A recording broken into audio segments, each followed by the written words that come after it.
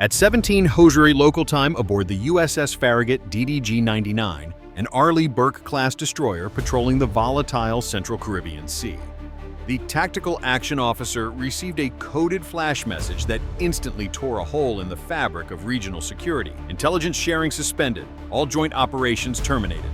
The decades-long foundation of anti-narcotic security, painstakingly built on trust and cooperation with Colombia, had just been politically vaporized. Colombian President Gustavo Petro had ordered the immediate cessation of all joint intelligence operations, with the U.S. deliberately ordering the world's most powerful navy to go blind in the fight against narcoterrorism. The massive hostile expanse of the Caribbean suddenly felt both vast and dangerously volatile. Just 180 seconds later, before the TAO could even verbally acknowledge the crippling order, the Farragut's massive AN-SPY-1D Aegis radar painted a new, highly unusual high-value contact, a suspected high-speed, low-profile submersible loaded with an estimated 10 metric tons of pure, uncut cocaine, aggressively exploiting the perceived political vacuum. This political crisis was about to morph into an immediate high-stakes kinetic engagement. The U.S. Navy had exactly 12 minutes and 30 seconds to independently track, identify, and neutralize this target before it submerged into the deep ocean's thermal layers, disappearing completely and confirming the cartel's new strategy, and making a public mockery of the U.S. Navy's entire regional presence. This was a race against time, not against drugs, but against the insidious political weaponization of confusion. The conflict ignited over the necessary, decisive, and often lethal use of force by the U.S. Navy in the War for the Caribbean. For decades, the U.S. has executed Operation Martillo Hammer, a relentless multinational interdiction mission. But President Petro repeatedly and publicly denounced the required kinetic strikes on sophisticated drug vessels that often aggressively refuse to stop, commit hostile acts, and attempt to ram interdiction forces as extrajudicial executions. This critique was politically charged, citing the unconfirmed politicized claim that a civilian fisherman had been killed in a prior U.S. strike back in September.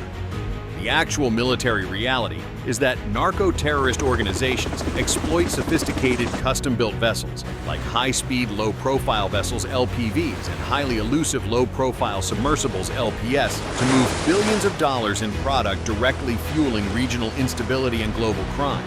The prevailing U.S. policy, backed by specific international maritime law and U.S. domestic drug enforcement statutes, mandates the neutralization of these threats, especially when they possess the speed and stealth to evade pursuit and pose a clear threat to law enforcement personnel.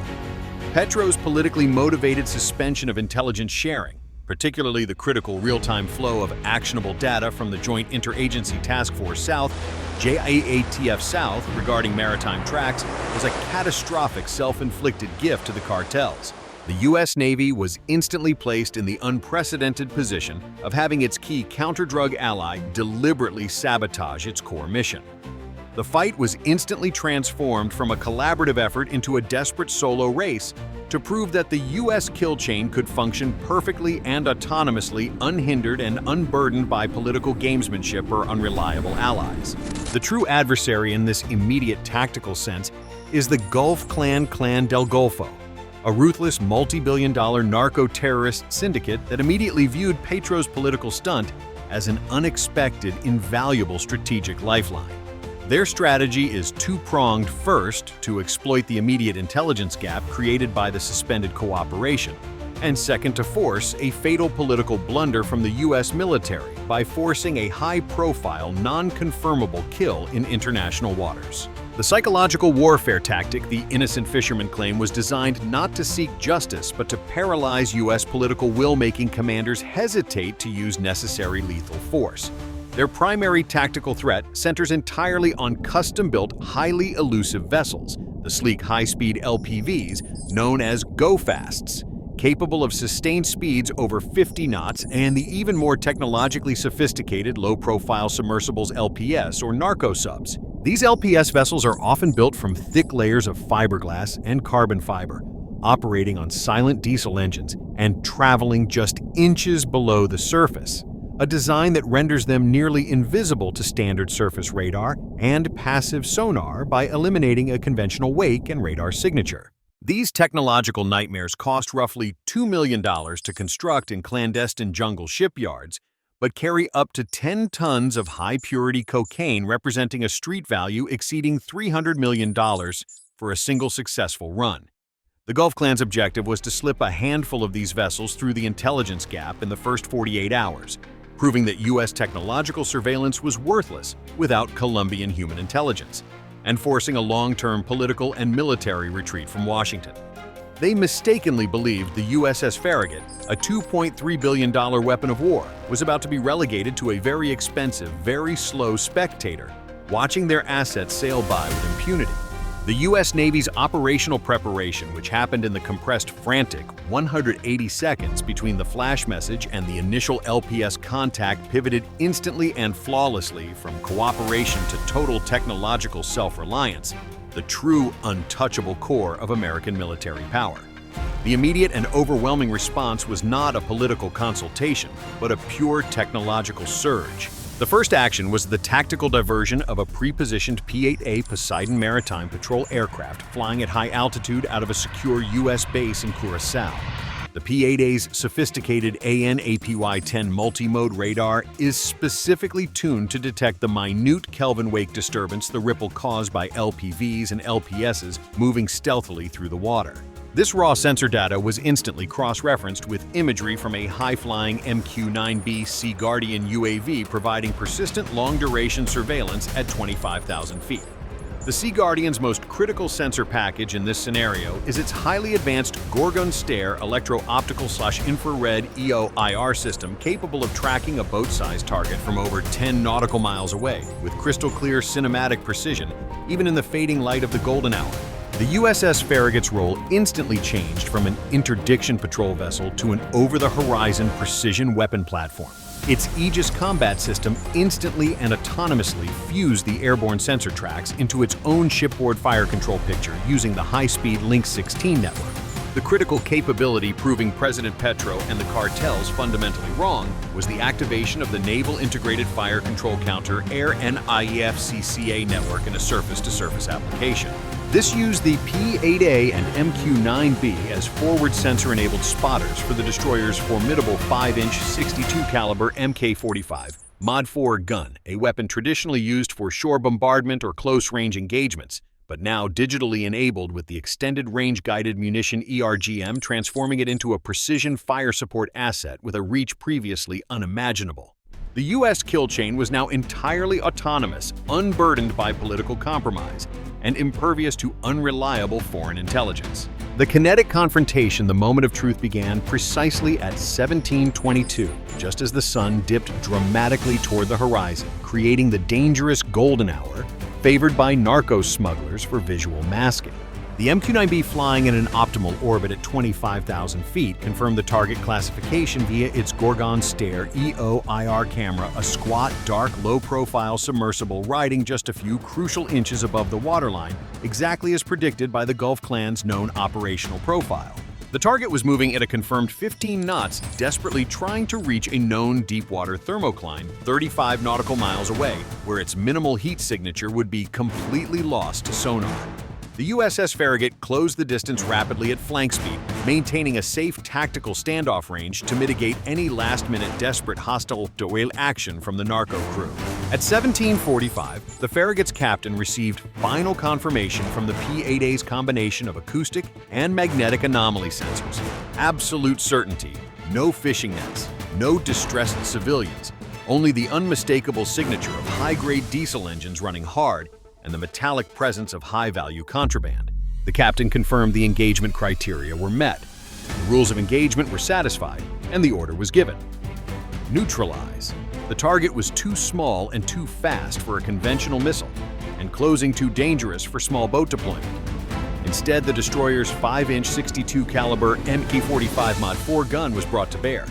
It was loaded with a single Extended Range Guided Munition ERGM, a smart GPS-guided projectile that extends the naval gun's reach to over 20 nautical miles with sub-meter precision. At 1747, the Mk-45 Mod 4 roared once, a single decisive sharp thunderclap echoing across the darkening sea.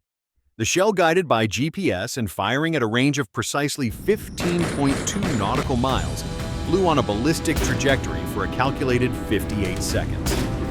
1748-08. The 5-inch projectile struck the submersible just aft of its small, unprotected wheelhouse. The impact was focused, a precise blast that instantly ripped through the fiberglass hull, ruptured the internal fuel tanks, and ignited the massive cocaine payload. The submersible lost all forward momentum, instantly listing heavily as seawater poured into the burning cargo hold. The cartel's multi-million-dollar assets sank completely within 4 minutes. The turning point was absolute. The U.S. Navy had not relied on a single piece of Colombian intelligence. It had relied entirely on its own sovereign, integrated, and overwhelming technological system to execute a perfect kill chain from space to the ocean's surface, proving the suspension of cooperation was strategically meaningless. The political and financial fallout in Caracas and Bogotá was immediate and devastating, even as the waves settled. The sea went silent, save for the arrival of the Farragut's deployed rigid-hull inflatable boats and a highly trained U.S. Coast Guard interdiction team. The scene was one of total destruction, but also undeniable crucial evidence recovery. U.S. Navy SEALs, ship officials, and Coast Guard personnel quickly secured the sinking narco-submersible, recovering key high-value intelligence before the vessel was completely lost. Massive, distinctively packaged bales of high-purity cocaine marked with a specific, undeniable Gulf Clan logo and crucially high-grade satellite communication equipment with encrypted data streams and burner phones, absolutely no fishing nets, no civilian gear, only hardened professional smugglers who were now either detained or lost at sea. The total payload neutralized was conservatively estimated at $320 million street value, a crippling financial blow to the Gulf Clan's logistical operation that would ripple through their funding networks for months. The U.S. Navy did not simply sink the vessel, they secured the evidence required to dismantle the wider cartel network, turning a kinetic strike into a high-value intelligence coup. Within 12 hours of the strike, the Pentagon and JIATF South released high-resolution synthetic aperture radar SAR imagery and the compelling unedited EOIR video of the submersible's final moments, along with pictures of the recovered cocaine and comms gear, unequivocally disproving any lingering claim of an innocent fisherman and exposing the political game for what it was. President Petro's attempt to use the U.S. Navy as a political pawn had failed spectacularly, instantly, and on the high seas. His grand gesture of non-cooperation had only resulted in the immediate surgical destruction of a high-value cartel asset, demonstrating to his own security forces and his regional rivals that the U.S. Navy would not be deterred.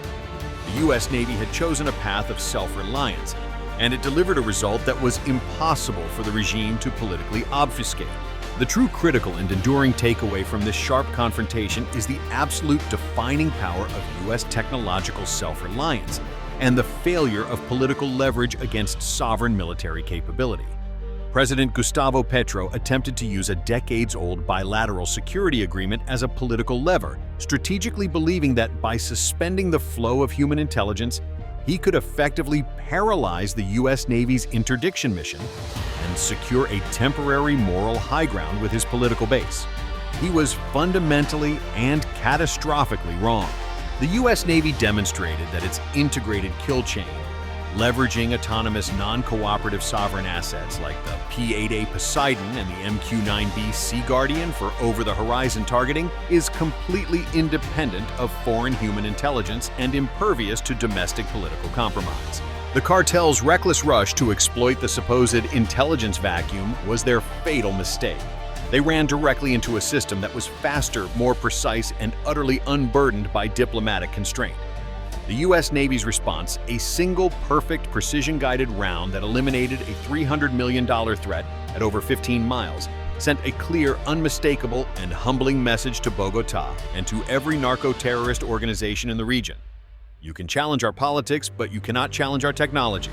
The United States will not abandon the essential fight for the global commons. We will simply upgrade our system to render politically motivated obstruction strategically moot. The price of challenging this reality is total and surgical destruction. The political rhetoric will eventually fade, but the silent, terrifying capability of the Aegis network and the ERGM stands as a permanent, immovable sentinel in the Caribbean.